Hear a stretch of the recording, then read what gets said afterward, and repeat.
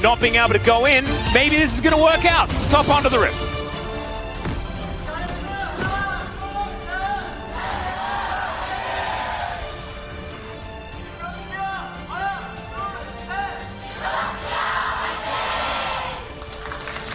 All right, and now the Scion actually is lumbering. Yes. Absolutely amazing. I love it. Perfect. I hope that's because they were listening, as we are just going to get some... Oh! Rascal! Call Kespa! You know what? I'm going to call for a pause. Refs! That is not on. That is not allowed. That's definitely not going to get you any points. No points at all. No points at all. That is just poor form. It really is. Poor form, Rascal.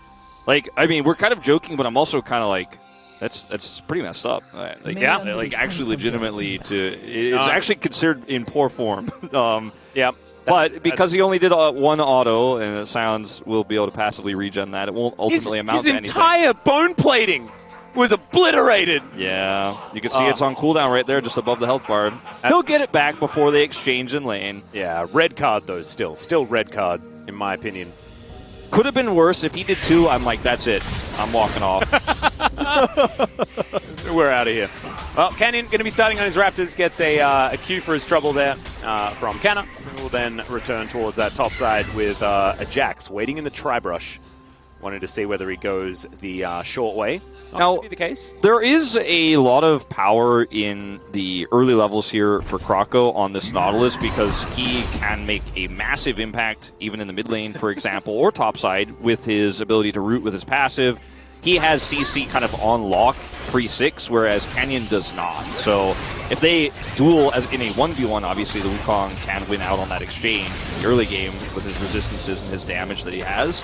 Whereas Nautilus' CC is much more valuable, so we could see some early ganks come through here, but getting the Jax ahead, I think, is the one place where you really have an angle here is the Nautilus. Trying to get a Cassante ahead against an Annie is probably not going to happen unless Showmaker makes a big error. And bottom side, you don't got anything. Barrel, I saw it, I told you. That's an exhaust already here from Kellen. They're certainly doing some fighting there towards that bottom side. It's been also... It's Hojin again versus Tom again? What? Wait, is this happening? the right graphic, or did they accidentally put up the same one? Oh, yeah, maybe, because this is actually, like, it was Nunu last time as well. Yeah, I'm like, hold on. It's a little bit, well, Nautilus has been a while also, whether this is correct or not. If this is correct, then my brain will explode. Yeah, that's wild. Like, I don't think it is, though. We'll have to wait and see. Maybe someone will give us confirmation, but we have seen it as recently as MSI, though, however. Yes. Kanavi has played it. As in goes Beryl. They do get the Arcane Shift out of Deft. And Beryl loses the majority of his health bar. Cat is just cruising around. Kellen has been a decent Yuumi player in the past as well, we have to say. I'm scared here, man, with how Beryl is playing this lane, because he's trying to find these angles, but he's putting himself at risk and hasn't really led to any success here. And if this goes a little bit slightly off, I mean, that's the end of the lane and the end of one of your biggest win conditions here as DRX. Now, I like this from Paddock, actually, to lurk here and grab some additional minions. You're calling at this point. Here comes that gank. Yeah. That is the Incinerate. It is going to be enough as the flash comes out. Yehu going to be able to get out of there, and in comes Beryl. Canyon in trouble as Showmaker throws another Q. That is going to cause Yehu to get out of there, and Rascal was roaming down. If Canyon's greedy and goes for these Raptors, he could just die as he gets the ward in, gets the call from Canna to know that he is not safe.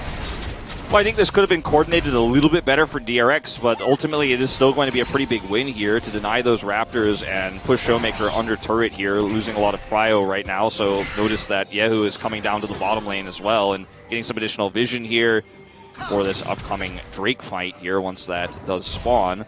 So ultimately not leading to massive summoners going down or anything like that, but I think that could have been a lot cleaner for Kroko coming over a little bit faster with Rascal there.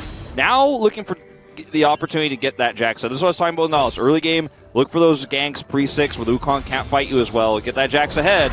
Well, Hook is going to connect there as he does get himself a bit of a shield, but still kind of taking so much damage. Doesn't have his flash available, and that is going to mean he dies. We'll try and clear out the minion wave here, but First Blood going over to DRX. A much better start than what we saw in game number 1. Absolutely. And the earlier the Jax becomes a threat inside, the better for DRX, because it's going to allow you to really control how the objective setup goes, and it makes the Wukong engages a lot less easy to set up because of the lack of flank angles, for example. The same to be true of Annie, who likes to flank instead of flash Tibber engages. Those are the really big engages you have, with the Scion as well being kind of supplementary engage for what D+ are looking to do in this composition. And they kind of all need to work together, because Ezreal's not burst damage, he's extended damage.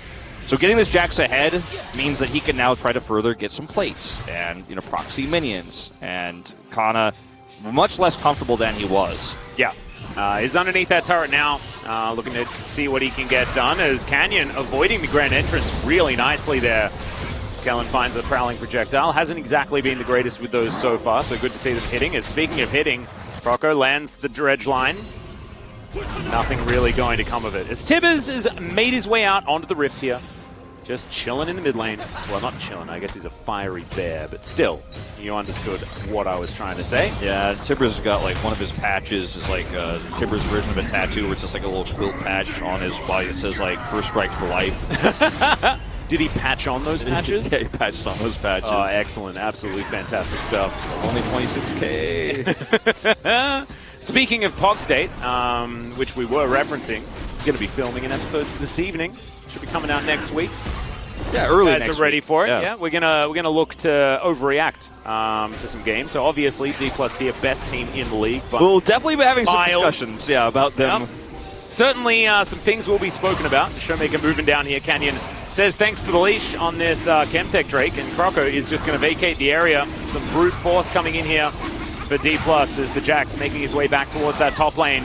Kind of roaming down meant that there was no way DRX could get in here, but I do like them cutting their losses, not throwing things away, because last time they were fighting around a Drake early on in the game, they lost the entire game in that moment. So a bit of a different situation here, but you don't want to be giving over bad fights to D+, a team that's very snowbally. So really well coordinated here. Unfortunately, Kana tries to turn around. He's like, okay, this is just Doom. Don't have flash. Nothing you can do. Counter-strike's well timed here. Pretty basic. 나올만한데? 잡았다. Got him. 나이스. Nice. 좋았다. Nice indeed. Good stuff. And like, this is what you got to be doing early on. Not what Barrel is doing here, but what Rascal and Croco are doing on the top side. It's hard to get big advantages as Jax, but getting, that early Sheen. Now he's got a call, of course, halfway done as well, so he's going to have a big spike there. Once he gets his Divine Sunderer, he can start threatening to kill the Scion inside. The problem, too, is that it's not a 1-3-1 situation because you've got a Cassante, so it's really all about the Jax in terms of the pressure you're going to be putting on here. Well, Paddock just going to walk up to death here as Bear comes down. Yehu just going to press his W to avoid any sort of stun shenanigans. But the main thing is getting the Bear onto the Rift. That's what you want to be doing here, as Deft in a little bit of trouble. Zumi's, unfortunately, not offering too much healing these days. And so, therefore, it's going to be Deft looking for a bit of a reset, unless he waits for one more minion wave. DRX will be able to get themselves their first neutral objective of the series as well, as they come over and collect Shelly. So, nicely done. I mean, this turnaround is kind of huge from the DRX roster. It really is. It's really all so far about that. Nautilus Jungle that's putting some decent pressure on here, and Barrel didn't really overextend too badly or anything like that. He did put some pressure on in the lane, about as much as you could do, so picking up some plate gold early on, very nice. We'll see the Hearthbound Axe picked up here early as he waited for that back. We've talked about getting the Sheen early and what it means, but usually the Hearthbound Axe is a little bit more expensive, so it's the better one to get, but you have to have the gold for it, so he stayed for a really long time and now has that item picked up here, heading back to lane very quickly because he's Zeri. Yeah. And it's going to be a bit of a lull state here, but now Canyon has 6, so that timing window where Croco had huge advantages in any 2v2 he takes kind of gone at this point in time, whereas Canyon can really make quite a large impact with his ultimate. We'll have to see what Deft is going to be building here. I would like to see Shelly, of course, just given the fact that it's Ezreal and the item's busted. Ezreal pretty good at using it, but Essence Reaver has been strong. Yeah, I think we'll see where he's going to go as far as the mythic choice. I think Essence Reaver is very good when you have great setup CC, especially in the mid game, with the Annie, the Wukong, etc. And later on, Trinity Force is going to be very important. But in a game like this, I think Essence Reaver is pretty good. Yeah. That's all right, Paddock. Pushing up this lane and actually farming very nicely. 11 CS in the lead for now. Wave is going to equalize it momentarily, but not entirely. And so good pressure here by DRX on the bottom side, as Arcane Shift going to be used there by Deft. Missing a few of these abilities is the D+ tier bottom lane, and DRX very happy about the whole situation. Yeah. Paddock has that call complete now too, so sitting on a decent amount of gold here after that first back. As Krako's coming up here now, Rascal's got this wave in a nice spot. Maybe we'll see a big 2v2 fight up here on the top side. Canyon a little bit slower here to show up, so there's a small window, especially if he actually completes this. Let's see if this works out. Yeah, ult is going to be popped here, as Canna just, will just drive his way out. And now the Nautilus is in position, so there is a flash available, but Kroko just going to try and accelerate Rascal. No funny business, not setting up for a gank, just get Jelly up here. Also here, I mean, Canyon is not that strong at this point in time to try to defend this. Well, Hook is going to connect there. Decent amount of tankiness on Canna, but still taking a lot of damage. Shelly goes down as in they go. They look to knock him out, and they are going to be able to do so. Rascal tanking out the turret for a moment, but like you say, Canyon just a little bit too far away from this one. Control Ward going to be the only thing that Canna is going to be happy about. Yeah, they really just didn't see Barrel coming. You know, I think without Barrel, Canyon has a delayed reaction there, comes in, tries to hide his presence and maybe trade back a kill, but with Barrel coming through, he's just too far away. Doesn't have the damage to salvage the play after that, so it's just a dead Scion here. Plate's going over to the Jax, so 2 kills now to Rascal, really playing to a great win condition here for this composition. The Zeri's scaling up, she's doing fine, but Rascal is going to be such a big threat in these team fights too if he continues to get this much of a lead. Side laning, also a big issue, that's the main issue, but if he gets fed this early with his call almost complete now too, this is exactly what you want to be doing as Kroko, and is now looking for another opportunity here on the Showmaker, but Showmaker's played so safe.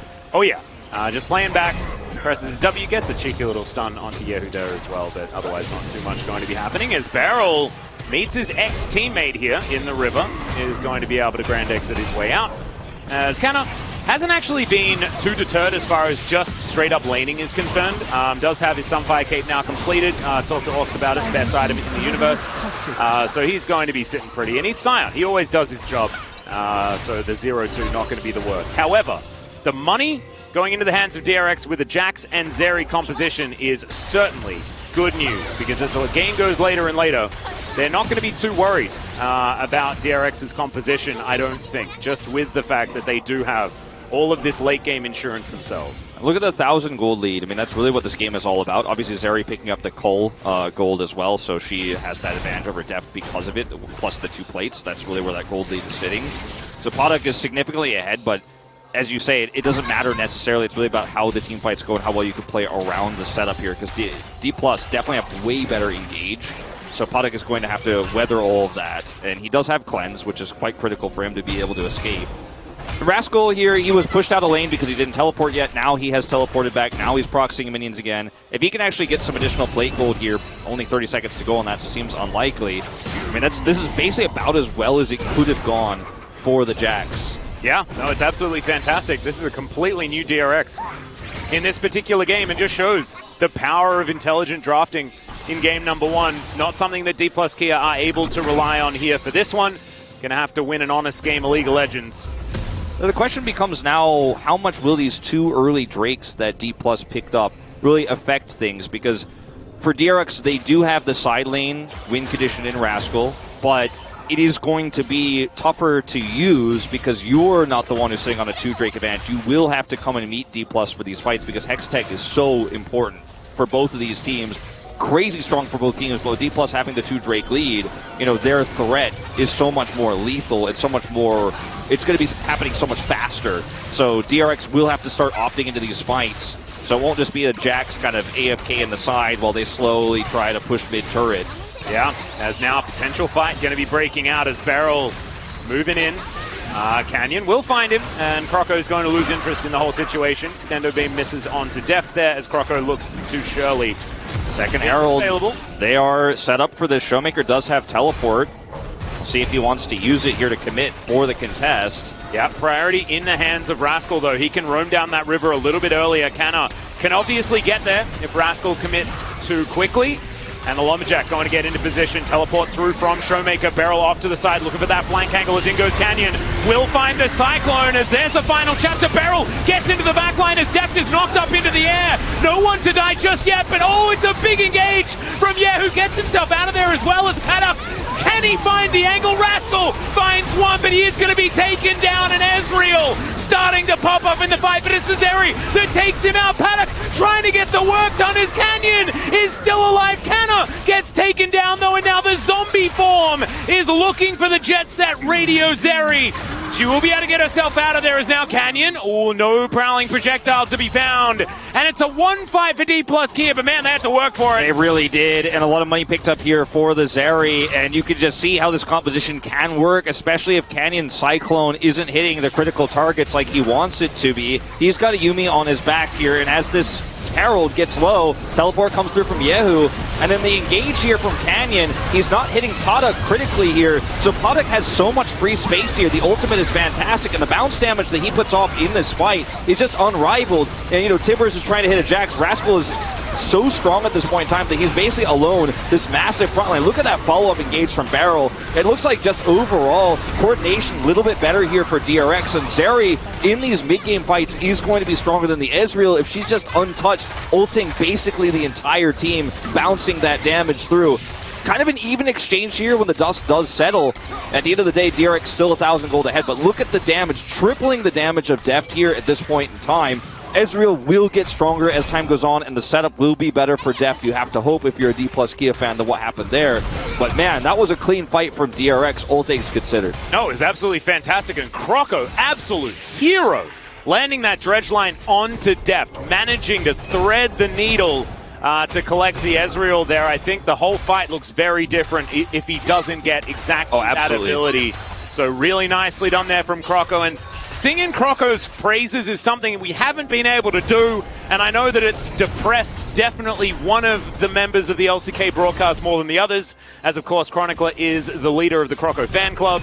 It's a fan club that it's been having less population chronicler. Yeah, but it's also less happy time when they have fan meetings. They work a little bit like other different meetings that have less happy vibes. Well, this is very late here for DRX to try to contest. Rascal has teleport here, and he's holding on to it right now. Cleaver is done, and actually they do push D plus away. There's no vision here on the bottom side of the Drake pit, so they're worried about that Jax flank, and they're just going to respect it. He shows now on the bottom side, and Deft opts to back to finish this Muramana, but it's going to be a while before he returns, so a bit of a neutral fight here now. Let's see if DRX is willing to pull the trigger. Canyon's positioning so fantastic here with the Yuumi, having the zoomies to get him out of dodge, but he's also threatening and engage at the same time. Yeah, Deft actually having this 2-item spike is kind of huge for this moment. True Shot Barrage is going to miss.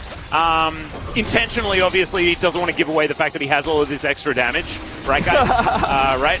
As the Drake has now been started. Control Ward over the side, spotting to see whether anyone's taken any cheeky portals to get in here. Hook going to go wide this time as Showmaker puts down the bear. Paddock has ulted though as he skates into the back line. Manages to pick up the Annie, but oh my god, the rest of DRX are just obliterated. Deft will go down once again, and it is chaos here in the Counter-Strike! Counter-Strike is fantastic, but Canyon is going to stay alive. That pesky cat once again, Wolf. Yeah, I think right now Canyon's trying to make a play to be the best friend in this game. He's had so much of Kellen attached to him, and in this game, the Yuumi is going to help him out here. But I also do want to give credit to how DRX set up this fight as well, because once again, Paddock has so much frontline here, knows his positioning on the right side here, avoids that Wukong ultimate, then is doing damage over the wall, but his frontline is just non-existent, unfortunately. And as a result here, Rascal is the last man standing, trying to get work done here. And yeah, they're able to take out the Ezreal again, but this time it's not the free-firing Zeri that has a front line and isn't able to do that same damage because the fight is so much shorter. Huge win here for D+, not to mention the gold they picked up here is nice and all, and they finally take a gold lead, but Soul Point for Hextech is the real prize. Oh, it's absolutely massive. And I think almost like denying it from Zeri feels like the greatest thing, because Zeri having even more electricity just bothers me, man. Like, thematically, it makes so much sense for the champion, and she utilizes it so effectively also. As Deft comes over, wants to be able to secure his own red buff, as Croco's going to join, and so it is not going to be his. Does get a bit impatient and is trying to come home, but it's not going to work out. Rascal will pick that one up with an empowered auto attack. And Paddock going to be able to steal some chickens. So, and you were telling me, a word on the street is that the reason why they ended up picking up Paddock in particular, instead of actually their Challengers player, right? And who was MVP of Challenger in Pleta. Yeah, Pleta. So Pleta's also played in the LCK. He's got a lot more experiences because they tested in scrims and Paddock is looking good. He is looking very good in this game, despite the lead now going to D+ here. They're going to try to steal this Baron or sneak this way and set up a fight. Yeah, what's going on in there as Rascal will dive on forward. Look for that opportunity. The turn available as Warrior Trickster will get Canyon out of there. Wanted to protect his control ward. Isn't going to be able to do so. And Rascal going to clear out yet another one as Canna is going to get all outed and is just going to get all the way out of there with the ultimate. I love how All Out just has so many different applications. I know, it's fantastic. Great ultimate name. The Unstoppable Onslaught is unfortunately not exactly the greatest of names because it's being used just to, like, I mean, Canna is parking the train as far away from anything as possible. Yeah. He backed into the parking space this time. Yeah. And all Canna wants is to stop the Onslaught, actually. But going back to what I was leading into just moments before that Baron was attempted, the trap was set there, is just Paddock is actually kind of delivering so far here. I mean, yeah, it was a bit of a tough series in their last one, and he looked a little bit invisible, but in this series, I think with the Zeri he has, like obviously in game one, it wasn't fair. Like, we can't really judge that. It was, okay, I'm Felios into Death's Draven, I'm having a bad time, but in this game where he's been given a lot more agency and a lot more freedom, his positioning has honestly been quite nice. You know, he's been able to sneak his way out of all of Canyon's engages. He's done massive damage in team fights, and if there was a real stronger front line here for him in this game instead of the Jax, which is a little bit more hybrid in terms of setting up the front line but also engaging, I think that, like, there's a way that this game could look very different, and it's not over yet by any means, but they really only have one fight left in them on this Hextech Soul, because once that goes over, it's checkmate, and he will not be able to have that same mobility. He will not be able to position as well because he's going to be constantly slowed by the Hextech Soul passive. So one more chance here, one more Hail Mary for DRX. So this is when the Jax side lane starts to really come into effect, where he's pushing this top lane, going to force multiple players to go top side here to deal with them. And then you could set up for these objectives. Looks like DRX once again trying to threaten potential Baron take, force them into this choke point. Croco's in position. And D+ are just handling it so well, so slowly, so carefully, just letting Showmaker catch the minions top. No real damage done to turret. Let's put another control ward in the Baron pit. Hang out mid. Very slow and steady. Yeah, very clean game from both teams, honestly. I think this is one of the best looks we've seen from DRX so far. And, I mean, it's just the comparison, right, with game number one, which was just so horrendously one-sided. There's certainly feeling like DRX went back, got some of Micro's secret stuff, and were able to really shake the sillies out, because it is hard to come back from games like this. I mean, we saw, like, even in the KT Gen G series, right, something goes really, really wrong, it is very hard to recover from that. And DRX have bounced back nicely. The gold entirely even, and the Drake situation does put this game into the hands of D+ Kia, in my mind, just that little bit more. But the Zeri factor, she's sitting at 2-1 and 3. And so there is an argument for DRX being in a phenomenal position. Now, stopwatch bot here, as it looks like we're going to see Azonia's third here for Rascal. And he took the opportunity to buy this, so he's not actually threatening sides right now and has to run back over here. Doesn't want to waste his teleport. So he doesn't have any flank angle. There's no clock here on D+ Kia. They have Cryo right now. So not only do they have the lead, they have this really nice setup. They have so many great engage tools, but they're already just sitting on top of the Drake. They've identified where Barrel is, and DRX really out of options here to start this fight. Yeah, that Blast Cone actually really valuable. As Deft just standing stalwart, you can see D+ Kia able to move these minions towards the outer turret as well. That will give them a lot of control of this area. Control ward does come in. And if Rascal went bot and tried to threaten that turret, maybe they could pull him apart, but he just wants this engage. He's got flash, and they're moving forward. They're going to get the Rascal with Croco. There's the True Shot Barrage. Does a fair bit of work. The hook is flash.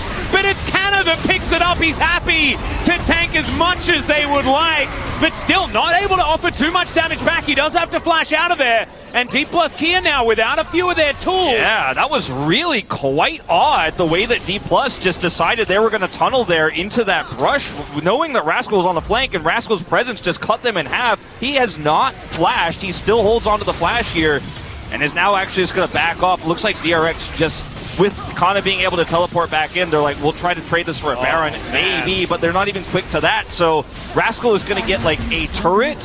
We use auto a turret once for Hextech Soul, not the trade you want. They're able to check the Baron with the True Shot Barrage here, and even though DRX wrestled away Prio, just too timid here to actually pull the trigger. Not being able to fight for that Drake is so incredibly sad, and kind of giving up on that as soon as they see Canna teleporting back with a full health bar. They think to themselves, how long did it take us to get halfway through it last time? Oh, the majority of what it takes to win a team fight. So just too daunting of a task to deal with that Scion, and I just thought that they had a little bit more in it. When you look at how this fight breaks out, like Barrel's on the flank, Rascal's on the flank here, Croco's pretty tanky, and the flash comes through. They look for Kana here. Everybody has to disengage, right? Barrel is in perfect place here to block any sort of retreat. And it's only Kana who gets caught. He can teleport back in. But at this moment in time, I think DRX should have been willing to start the Drake up, because if you give this, you lose the game. And if you lose the Drake fight, you lose the game also, but at least you were able to say, okay, well, Kana's not here. They really have to funnel into this choke point, but they just kind of walked away with nothing but a single turret there on the bottom side. Yeah, and looking back at it, Paddock did use his ult against just the Scion, and so therefore a lot of their teamfight threat is gone. You thought the Scion survived there very well. In that moment, it would have been even worse if they were to try and go for it yet again. So it does add a little bit of context to the situation, but it does not alleviate the fact that it is absolutely horrible to have to give up Hextech Soul. And now it's all about the Elder. So Rascal can try to threaten this inner, and we'll see if D plus care, because they have so much damage at this point in time to rush down this Baron. Showmaker's not doing it, but he does have a Leandri's. Now he's coming over, so they can rush this so quickly here. And it's going to have to be a Jax teleport. There's no flank teleport. He has to just go in the middle of the fight. Yep, Prowling Projectile does come on forward here. Yahoo off on the side. Deft just standing his ground, but maybe he doesn't want to, as there is the skate forward. The Baron is now given up on as it's a fight on multiple fronts. Showmaker takes down the Nautilus already as Yahoo is able to pick up the Annie, but he flashes forward, finds a couple with that Q. Canyon goes golden though, and now Deft gets himself into the fight. He has his best friend there as well as he's diving forward. Paddock, can he actually get some work done here is the question, and I just don't think he's going to be able to do so, as DK positioning very nicely. Still, not able to do the Baron. Yeah. That could be a positive factor. It's certainly a nice denial here in a fight that I really just frankly didn't think DRX was going to be able to take, but some of that Cyclone engage from Canyon again is just not on the proper targets, and then the follow-up is actually amazing from Yahoo and Croco. It's like these little things, right, where DRX are barely able to stave off this pressure, but they're not gaining ground in any meaningful way. They also have now lost Rascal's teleport. He wasn't able to threaten that inner turret. So watching this fight again, Rascal's right up in the thick of things, and everybody's tunneling on this Nautilus. And look at Rascal getting on top of Showmaker here, and all of this CC comes through, so Showmaker has to flash out. True Shot Barrage also here. And I think a lot of this fight is that Deft is not really here for a majority of it, and you know, the engage was a little bit sloppy. Showmaker's out of the fight early, and DRX kind of getting lucky here, but once again, look at Paddock's health. His positioning is so good, and DRX are not able to lock him down. This is going to become a bigger and bigger problem as Paddock gets more items in this game. Well, they're going to skate on in and look to try and grab Baron. It's going to go down extraordinarily quickly. There are 3 items on this area as Yahoo comes on over. This Baron down to below 50%. And Deft gets a ward in. They're going to get the information, but they're going to be able to do nothing to stop it. And Croco locks down the purple worm, and there it is. DRX, I mean, finally finding something. Now you have a Jax with Baron buff in a side, and some of those other issues apply here, but you have an extra minute worth of buffer to set up for Elder Drake while you have that additional pressure with the changes to Unleash Teleport as well. Rascal should be having that one before this Elder fight comes online, so there is a lot of things going wrong here. Now, we were in the replay, so I'm not entirely sure why D Plus has had no presence on the Baron at all. Looked like they all just went for a coordinated reset there. but at the same time, this allows DRX now to have this huge opportunity, and the gold lead here is still DRX's now 2,000, the advantage, but it's the Zeri that just gets more and more items here. The Nautilus that becomes a stronger front line in each and every one of these fights makes Deft almost feel like has a pea shooter in this game if he can't hit those prio targets. Same to be said of Canyon and Showmaker can't lock down this Zeri. I mean, this is a Zeri that doesn't have a Yuumi, by the way. This is Poduk just natural Zeri movement, right? Natural skating that we're seeing here, and he's playing it so well. And it's also like now it's Beryl's time to shine, right? Because he does have the ability to engage. He's not on one of these champions that's sort of babysitting a laning phase. He can do the Beryl things that he wants to do and sort of mind game these flanks that he's trying to find right now, as we can see. Speaking of, yeah, Showmaker possibly closed in on as there is the quickness. Beryl, unfortunately, though, going to go down at the very beginning of the fight. And Canyon, he's already out of there. Tibbers is the only one in any real danger. And I cast a curse the heck out of Beryl. I'm so sorry. You really did. You, mate. He's my gotcha buddy as well. We play the same video games. It's so sad. Well, so sad. He will respawn in time for this Elder here, and we do have his reset coming through for D+, so it won't ultimately matter that much here, but this was a bit opportunistic considering the follow-up is so far away. Look at Poduk and Croco. Croco also flashes in and catches Canyon's clone.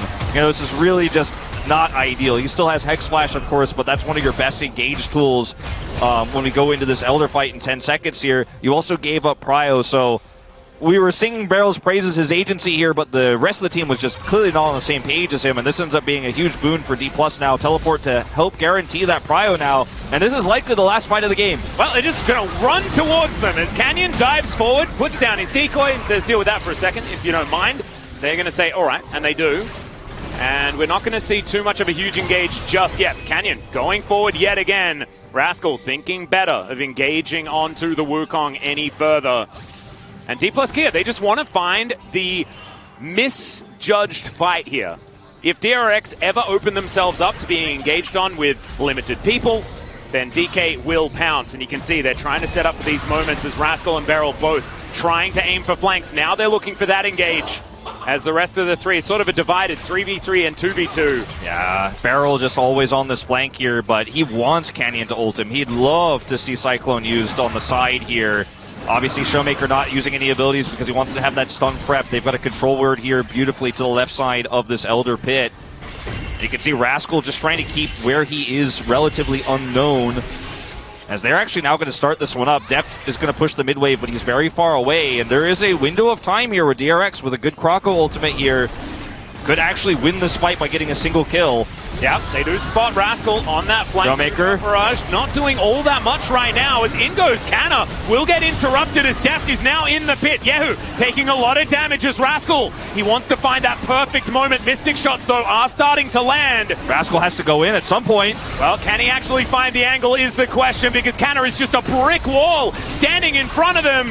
And D+ there, once again, they're the ones that are firing shots, and DRX are just waiting. They're biding their time, but you cannot wait forever. This dragon is going to fall. The hook is going to land onto Canna, but he just walks his way out. Prowling projectile, not doing too much as Deft just taking pot shots one after the other. As now Beryl is going to dive forward. The interruption, though, onto Rascal as Yehu gets himself in there as well. Deft untouched for now as Beryl is going to go down. Has he done enough is the question, though, as Yehu gets Deft out of that pit, and now no one's in there for D+ Kia. They dive forward. The Elder that's taken by the Zeri of all people, and now it's Paddock that says goodnight. Looks like a game 3 to me, Atlas. I cannot believe DRX are going to win this one. They were behind 4 Drakes this entire time. Zeri with no Yuumi, and it's against Hextech Soul, all the lockdown, and it looked like it was a shoo-in in that fight. And he steals the Elder, and DRX are going to steal the game. What a game 2 we are watching right now after what was a total shellacking.